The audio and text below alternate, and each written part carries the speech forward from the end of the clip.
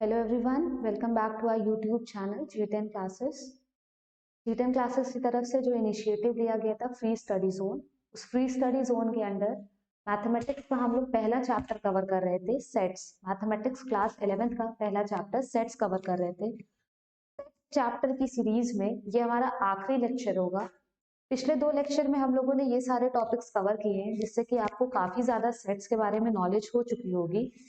अब सेट के बारे में, सेट होता क्या है, सेट को कैसे डिफाइन किया जा सकता है, उसके अंदर कैसे एलिमेंट्स होते हैं, कितने तरह के सेट होते हैं, सबसेट क्या होता है, सुपर सेट क्या होता है, पावर सेट क्या होता है, वेन डायग्राम से कैसे सेट्स को रिप्रेजेंट करते हैं, और वेरियस तरह के ऑपरेशंस जो हम लोग सेट पे परफॉर्म कर सकते हैं।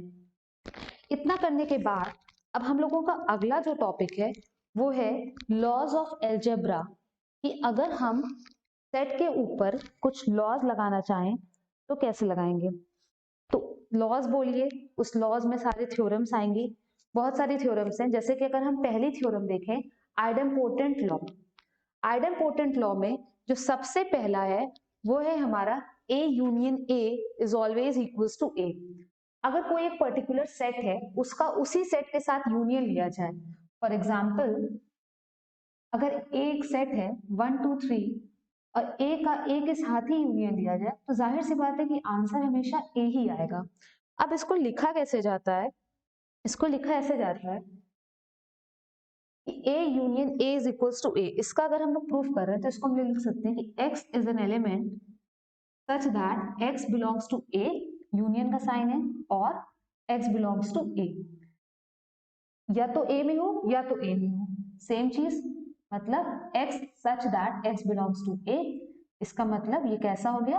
a के बराबर हो गया। अगर किसी पर्टिकुलर सेट का उसी पर्टिकुलर सेट के साथ इंटरसेक्शन लिया जाए, तो बट ऑब्वियस है कि आंसर वही आना है। ए इंटरसेक्शन ए को हम कैसे रिप्रेजेंट करेंगे? x such that x belongs to a and x belongs to a। Combine किया जाए तो लिखा जाएगा x such that x belongs to a। Answer आ गया हमारा a के इक्वल। तो ये सबसे पहला था हमारा आइडेम्पोटेंट लॉ। मतलब कि जो दो तरह के ऑपरेशन थे हमारे, यूनियन और इंटरसेक्शन, वो ऑपरेशन सेम सेट के बीच में हो रहा था। अगला है हमारा आइडेंटिटी लॉ, कि अगर कोई एक पर्टिकुलर सेट ए है, उसका यूनियन लिया जाए एम्प्टी सेट के साथ। मतलब कि बी अगर हमारा एक एम्प्टी सेट है और बी के साथ इसका यूनियन लिया जाए, तो आंसर वापस से ए ही आना है। इसको कैसे रिप्रेजेंट कर सकते हैं? ए यूनियन फाई का मतलब होगा X such that X belongs to A और एक्स बिलोंग्स टू फाई, मतलब एम्प्टी सेट। तो इसको हम क्या लिख सकते हैं कि नहीं, एक्स जो है ए में ही बिलोंग करेगा। कैसे आ गया आंसर? ए आ गया। सिंपल। अगर किसी एक पर्टिकुलर सेट का यूनिवर्सल सेट के साथ इंटरसेक्शन लिया जाए, तो वापस से आंसर वही आना है, क्योंकि यूनिवर्सल सेट बहुत बड़ा, उसका एक छोटा सा पार्ट, उन दोनों का इंटरसेक्शन क्या होगा? वही सेट वापस से। इसको कैसे लिखा जाएगा? x such that x belongs to a and x belongs to universal set। तो कंक्लूड क्या किया जा सकता है कि x such that x जो है वो एक पे ही बिलोंग करेगा और आंसर हमारा ए के इक्वल आ जाएगा। ये दो लॉ बहुत इजी, आइडेम्पोटेंट लॉ और आइडेंटिटी लॉ।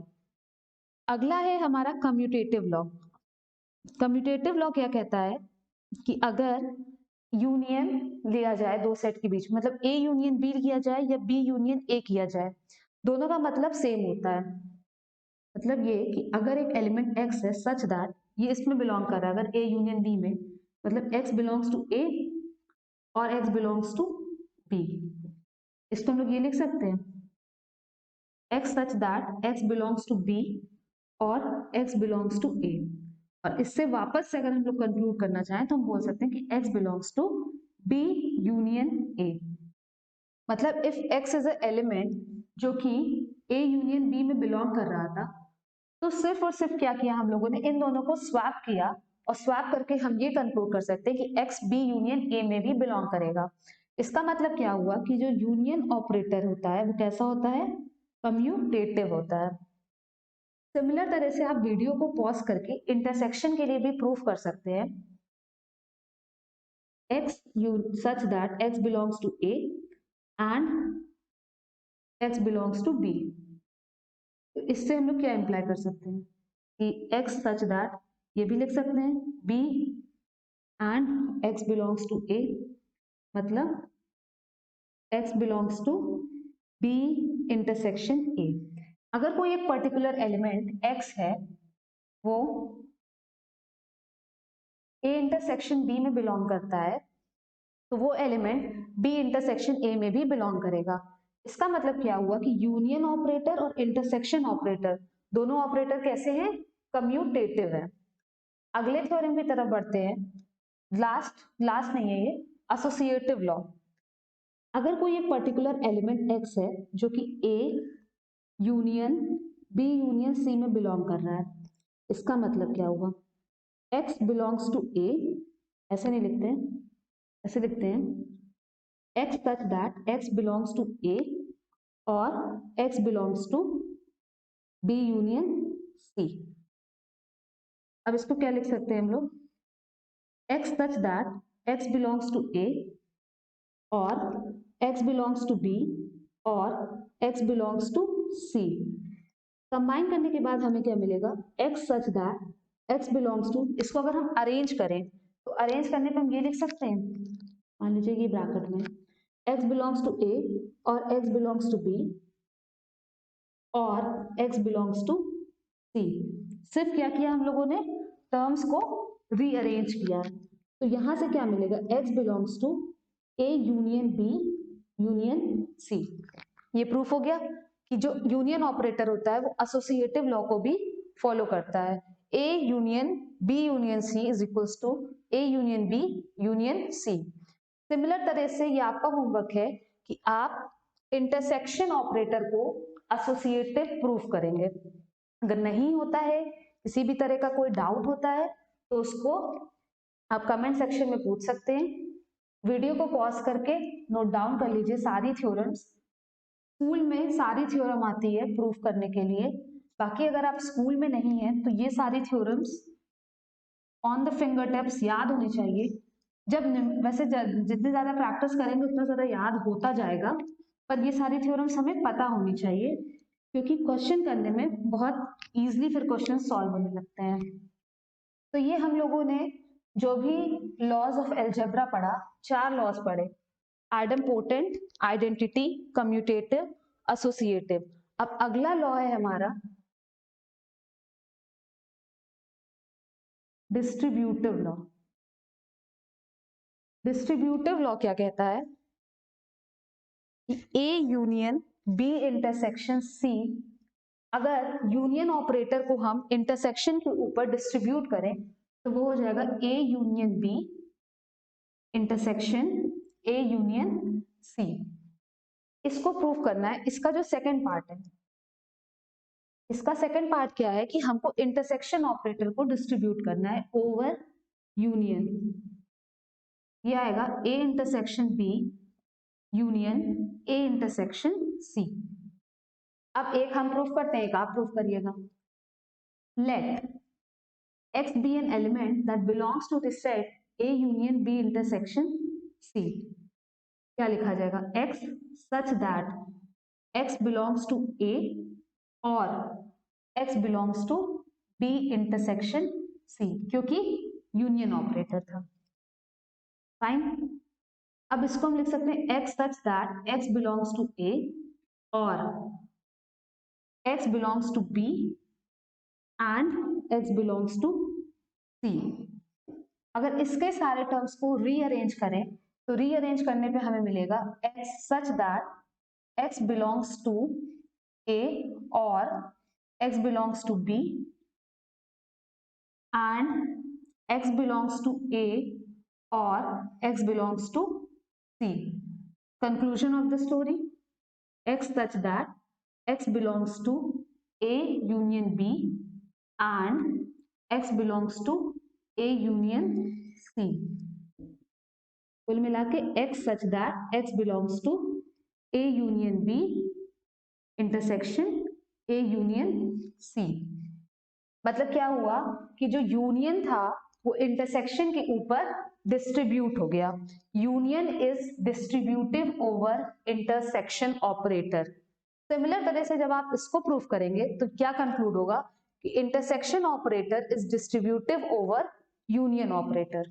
इसको आप लोग खुद से प्रूफ कीजिएगा, अगर नहीं होता है तो कमेंट बॉक्स में पूछिएगा, सॉल्यूशन प्रोवाइड कर दिया जाएगा। अगली जो थ्योरम है हमारी last theorem, theorem number 6, D Morgan's law. D Morgan's law बहुत इंपॉर्टेंट है, जब आप आगे 12th में फिजिक्स में भी पढ़ेंगे तो डी मॉर्गन्स जरूर यूज होगा। अगर आपका सब्जेक्ट कंप्यूटर है तो वहां पे भी डी मॉर्गन्स जरूर यूज होता होगा।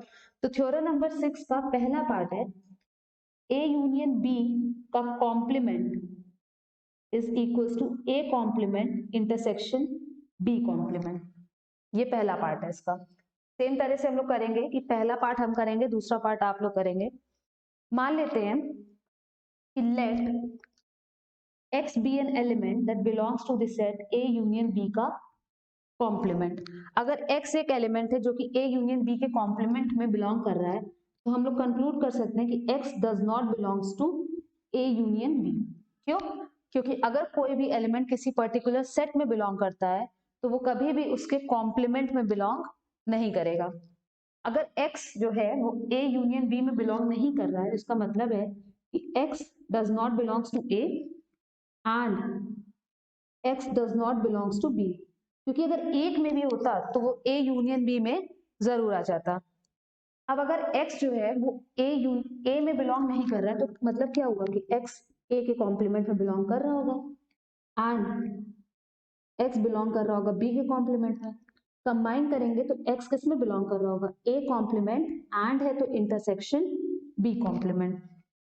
प्रूफ हो गया। इसका जो सेकंड पार्ट है सेम तरह से प्रूफ होगा A इंटरसेक्शन B का complement will be A complement union B complement. Simple सी चीज है कि अगर कॉम्प्लीमेंट ऑपरेटर डिस्ट्रीब्यूट होता है तो सेट के ऊपर तो कॉम्प्लीमेंट ही लगता है, यूनियन इंटरसेक्शन में चेंज हो जाता है और इंटरसेक्शन हमारा यूनियन में चेंज हो जाता है। होप सो यहां तक क्लियर होगा। तो कुछ क्वेश्चंस मिलेंगे जहां पे हमारा सिंपल एग्जांपल दिया होगा, एग्जांपल एज इन कि हमको दिया होगा कि ए एक सेट है, उसके एलिमेंट्स मेंशन होंगे, बी सेट के एलिमेंट्स मेंशन होंगे, मतलब सारे सेट्स के एलिमेंट मेंशन होंगे और उनके बीच में कुछ ना कुछ ऑपरेटर लगाना होगा, या तो इन थ्योरम्स के बेसिस पे कुछ प्रूविंग होगी। तो प्रूविंग का जो बेसिक है वो यही है कि अगर यूनियन है तो और लगना है और इंटरसेक्शन है तो एंड लगना है। अब हम लोग कुछ और रिजल्ट्स हैं जो सेट्स के ऑपरेशन, कुछ रिजल्ट्स प्रूव किए गए थे, सम मोर रिजल्ट्स।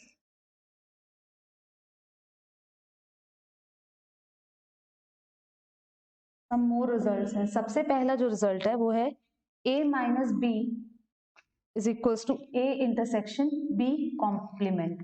कॉम्प्लीमेंट को डैश से भी डिनोट करते हैं और सी से भी डिनोट करते हैं। इसको अगर प्रूव करें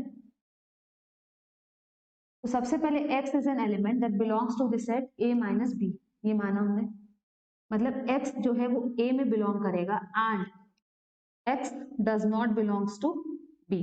देख सकते हैं, मतलब x belongs to a and x belongs to b का कॉम्प्लीमेंट, एंड लगा है तो x belongs to a intersection b complement. Proof हो गया। इसको याद करने की जरूरत नहीं है, अगर आप प्रूविंग जानते हैं तो आप सिंपली प्रूव कर सकते हैं। याद करने का कोई फायदा नहीं है क्योंकि काफी सारे रिजल्ट्स हैं तो याद करना पॉसिबल नहीं है। Second result is b minus a is equals to b intersection a complement. कैसे प्रूफ होगा, जैसे फर्स्ट वाला प्रूफ हुआ है। तो ये आपके लिए होमवर्क है, नहीं आता है तो जरूर से पूछिएगा। If a minus B is equals to a, तो इससे क्या कंक्लूड किया जा सकता है कि a intersection b is equals to 5। a intersection b 5 है, इसका मतलब क्या हुआ, a and b are disjoint sets. If a and b are disjoint sets, a minus b हमारा क्या होगा, a होगा।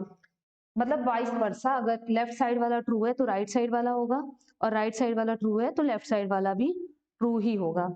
तो ये सारी प्रूविंग आप लोग कीजिएगा, अगर नहीं आती है तो जरूर पूछिएगा। सम मोर रिजल्ट्स आप नोट डाउन कर लीजिए। A minus B union B is equals to A union B. इसको अगर अच्छा, इसको अगर वेन डायग्राम से करना हो, जैसे ये है, ये A है, ये B है।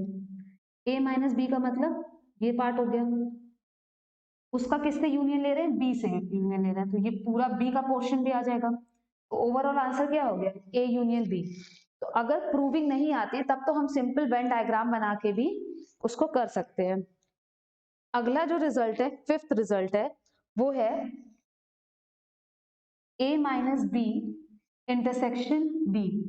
A minus B intersection B, अगर इसको वेन डायग्राम से किया जाए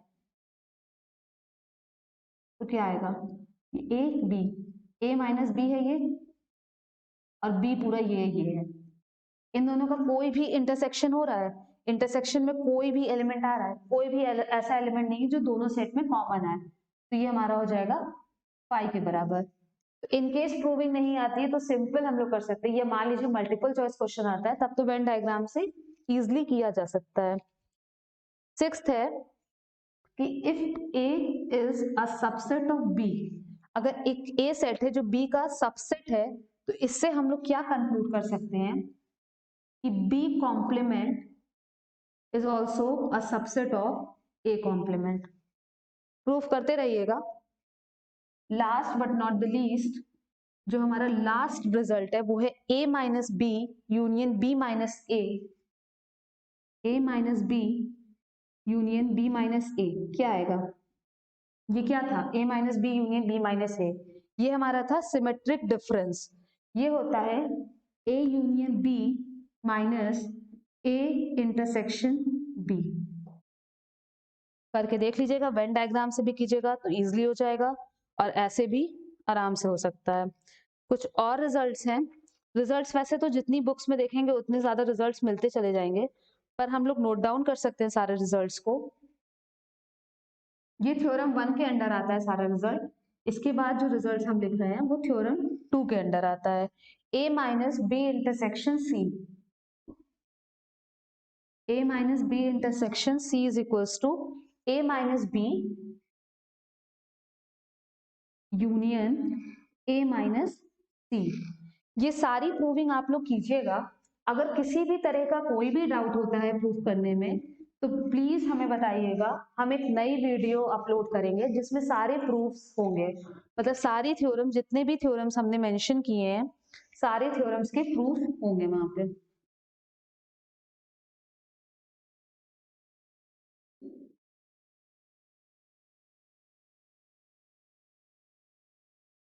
नाइन्थ थ्योरम, इसके बाद हम लोग बढ़ते हैं 10th थ्योरम की तरफ। 10th theorem is A intersection B minus C। ये किसके बराबर आएगा, क्या लगता है, A intersection B minus C। जब इसको हम लोग डिस्ट्रीब्यूट करेंगे इंटरसेक्शन को तो ये होगा A intersection B minus A intersection C। इसके बाद जो लास्ट है वो है A intersection B symmetric difference C। हम चाहें तो सिमेट्रिक डिफरेंस को अपना ये चीज लिख सकते हैं। सिमेट्रिक डिफरेंस क्या होता था, A minus B union B minus C। तो ये होगा A intersection B symmetric difference A intersection C, मतलब ये डिस्ट्रीब्यूटिव है, intersection is distributive over symmetric difference.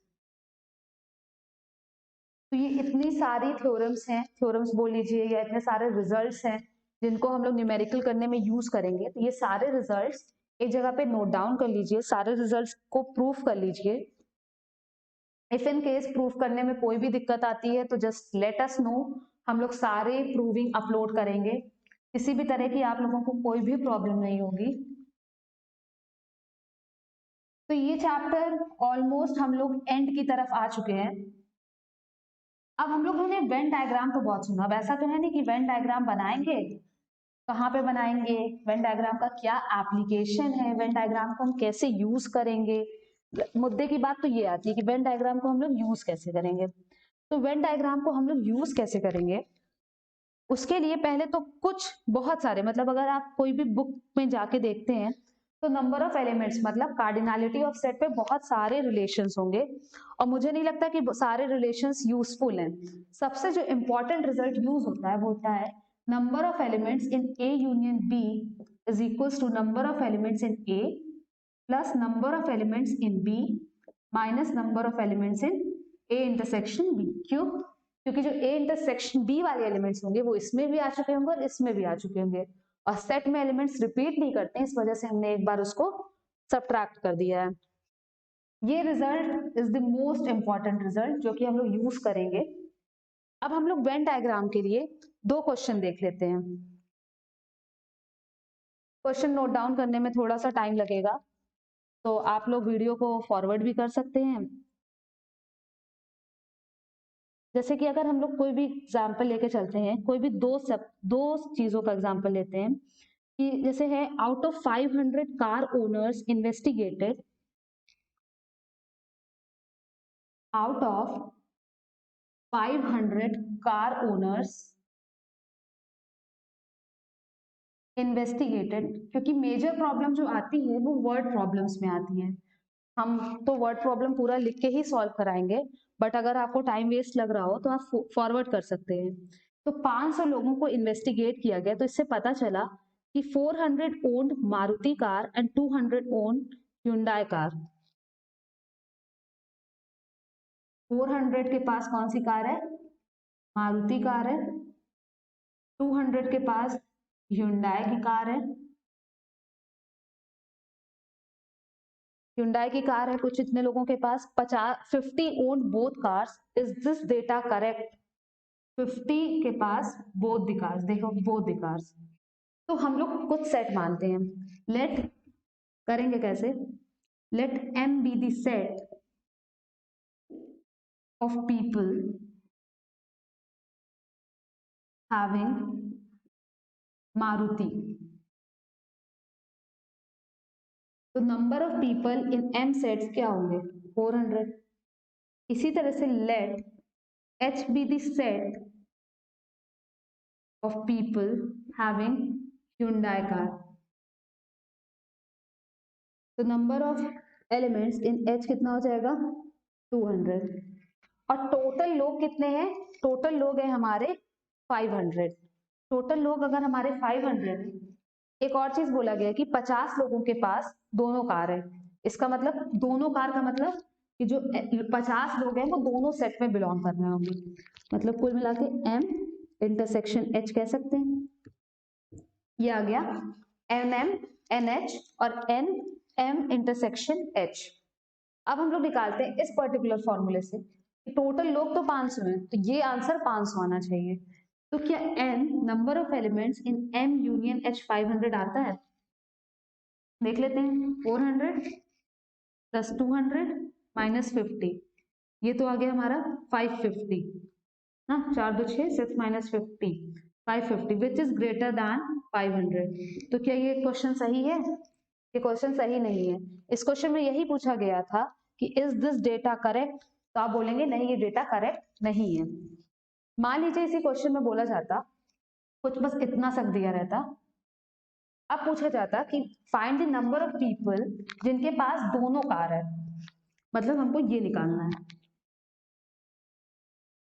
तो बस क्वेश्चन से हमको ये पता करना रहता है कि निकालना क्या है और दिया क्या है। ये जो 500 दिया है वो क्या दिया है? M यूनियन H दिया हुआ है 500।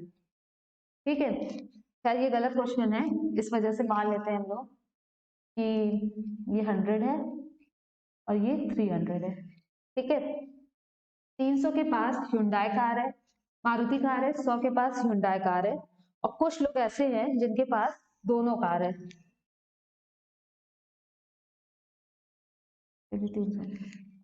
तो यहां से हमको निकालना है N M इंटरसेक्शन H। इस फॉर्मूले से क्या होगा? N of M plus N of H minus N of M union H। Solve कर लेंगे।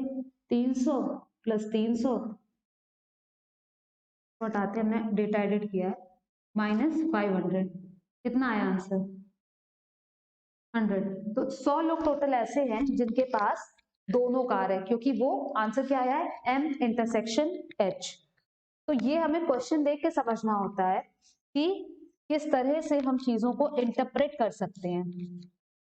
अब हम लोग एक क्वेश्चन देखते हैं जिसमें हमारा तीन सेट लेके सॉल्व किया होगा। यहाँ पे तो 2 ही सेट थे, हम लोग चाहते तो हम लोग इसको वेन डायग्राम से कैसे करते। एक सेट था,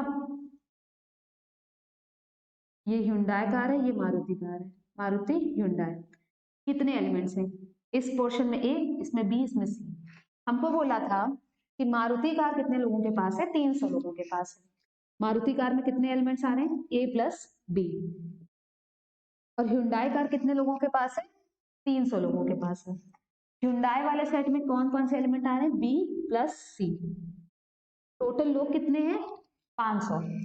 टोटल लोग कितने हैं यहाँ पे? ए प्लस बी प्लस सी।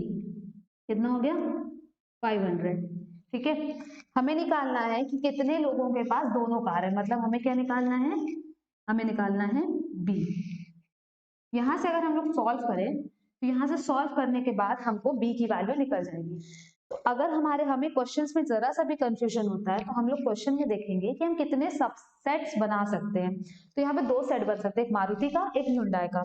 सेट बना लिया, हर पोर्शन में एक वेरिएबल लिख दिया, उसके बाद क्वेश्चन से डिपिक्ट किया कि क्या चीज क्या डिनोट कर रही है, और सॉल्व करके जो भी रिक्वायर्ड वेरिएबल है उसकी वैल्यू निकाल लिया। ये तो हो गया कि हमारे पास 2 ही सेट था। दिक्कत आती है जब हमारे पास 3 सेट होते हैं। हम लोग 3 सेट वाले भी क्वेश्चंस देख लेते हैं। एक क्वेश्चन देख लेंगे तो हमें लगता है कि आपको सारे क्वेश्चंस आ जाएंगे। फिर भी अगर नहीं आते हैं तो आप अपने डाउट्स हमें पूछ सकते हैं। जैसे क्वेश्चन है, इन अ सर्वे ऑफ 25 स्टूडेंट्स। हम ऐसे लिखना बस, टोटल स्टूडेंट्स कितने हैं? 25. In a survey of 25 students, it was found that 15 had taken mathematics. लिखते जाइएगा साथ साथ। 12 had taken physics. 11 had taken chemistry. 5 had taken mathematics and chemistry. Mathematics and chemistry कितने लोगों ने लिया है? 5 लोगों ने। 9 had taken mathematics and physics. Mathematics and physics कितने लोगों ने लिया है? 9। उसके बाद 4 लोगों ने लिया है फिजिक्स एंड केमिस्ट्री। उसके बाद जो लास्ट दिया हुआ है, 3 had taken all the 3 subjects, physics, chemistry and mathematics. कितने लोगों ने लिया है? 3 लोगों ने लिया है। अब हमको कुछ कुछ क्वेश्चंस निकालना है, सॉरी आंसर निकालना है। आंसर क्या निकालना है? कितने बच्चे ऐसे हैं जिन्होंने सिर्फ केमिस्ट्री लिया है? कितने बच्चे ऐसे हैं जिन्होंने सिर्फ मैथ्स लिया है? कितने बच्चे ऐसे हैं जिन्होंने सिर्फ फिजिक्स लिया है? कितने बच्चे ऐसे हैं जिन्होंने फिजिक्स एंड केमिस्ट्री लिया है बट मैथ्स नहीं लिया है? कितने बच्चे ऐसे हैं जिन्होंने कोई सब्जेक्ट नहीं लिया है? None of the subjects. ये था क्वेश्चन पूरा। अब हम लोग देखेंगे कि हमारे पास 25 बच्चे थे, हर बच्चे ने कोई कोई सब्जेक्ट लिया, किसी ने 2 सब्जेक्ट लिया, किसी ने 3 सब्जेक्ट भी लिया है। तो अगर हम देखें तो हम लोग 3 सेट बना सकते हैं, एक फिजिक्स का, एक केमिस्ट्री का और एक मैथमेटिक्स का। अगर अब हम लोग 3 सेट बनाते हैं तो कैसा बनेगा? Venn diagram. सबसे सिंपल तरीका होता है कि वेन डायग्राम से सॉल्व कर लेना, बजाय इसके कि 75 तरह के फॉर्मूले याद करें, उसके बाद फॉर्मूला लगाएं, गलत आंसर निकाल लें। ठीक है, मान लेते हैं कि ये फिजिक्स का सेट है, ये मैथ्स का है, ये केमिस्ट्री का है। सब एक दूसरे को इंटरसेक्ट कर रहे हैं क्योंकि बहुत सारे बच्चे हैं जो कि कॉमन है हर चीज में। हर एक पोर्शन में एक वेरिएबल लिख लेते हैं, A B C D E F G. ठीक है, इन्होंने बोला कि 15 बच्चे ऐसे हैं जिन्होंने मैथ्स लिया है। मैथ्स वाले सेट में कौन कौन सा एलिमेंट है? बी प्लस सी प्लस जी प्लस डी। कितना हो गया? 15। 12 बच्चे ऐसे हैं जिन्होंने फिजिक्स लिया है, मतलब A plus B plus F plus G, ये हो गया हमारा 12। 11 बच्चे ऐसे हैं जिन्होंने केमिस्ट्री लिया है, केमिस्ट्री सेट ये है हमारा, एफ प्लस जी प्लस डी प्लस ई। कितना आ गया? 11। अब अगले पॉइंट पे आते हैं कि 5 बच्चे ऐसे हैं जिन्होंने मैथ्स और केमिस्ट्री लिया है। तो मैथ्स और केमिस्ट्री सब जो सेट है उसका इंटरसेक्शन क्या है? ये वाला चीज है। अभी फिजिक्स अगर भूल जाए तो मैथ्स और केमिस्ट्री में क्या कॉमन आ रहा है, G प्लस D, तो G प्लस D कितना हो गया 5। उसके बाद बोल रहा है कि मैथ्स और फिजिक्स कितने बच्चों ने लिया है, 9 बच्चों ने। मैथ्स और फिजिक्स, केमिस्ट्री अगर भूल जाए तो मैथ्स और फिजिक्स में कॉमन क्या है, B प्लस G, ये आ गया हमारा 9। मैथ्स, फिजिक्स और केमिस्ट्री, फिजिक्स और केमिस्ट्री में कॉमन क्या है, F प्लस G, ये कितने बच्चों ने लिया है, 4 बच्चों ने। फिर बोला है कि 3 बच्चे ऐसे हैं जिन्होंने तीनों सेट लिया है, तो तीनों सेट का इंटरसेक्शन क्या है, ये है जो तीनों में लाई कर रहा है, इसका मतलब G की वैल्यू कितनी हो गई, 3 हो गई। अब हम लोग बजाय ये देखें, या तो पहले ये देख लेते हैं कि ओनली C, सिर्फ केमिस्ट्री, ऐसे कौन सा एलिमेंट है जो सिर्फ और सिर्फ केमिस्ट्री वाले सेट में लाई कर रहा है, E एक ऐसा एलिमेंट है, इसके लिए हमें E निकालना होगा। सिर्फ मैथ्स, कौन सा एलिमेंट ऐसा है जो सिर्फ और सिर्फ मैथ्स वाले सेट में बिलोंग कर रहा है, C, सिर्फ और सिर्फ, ओनली वर्ड यूज हुआ है, ओनली फिजिक्स मतलब A।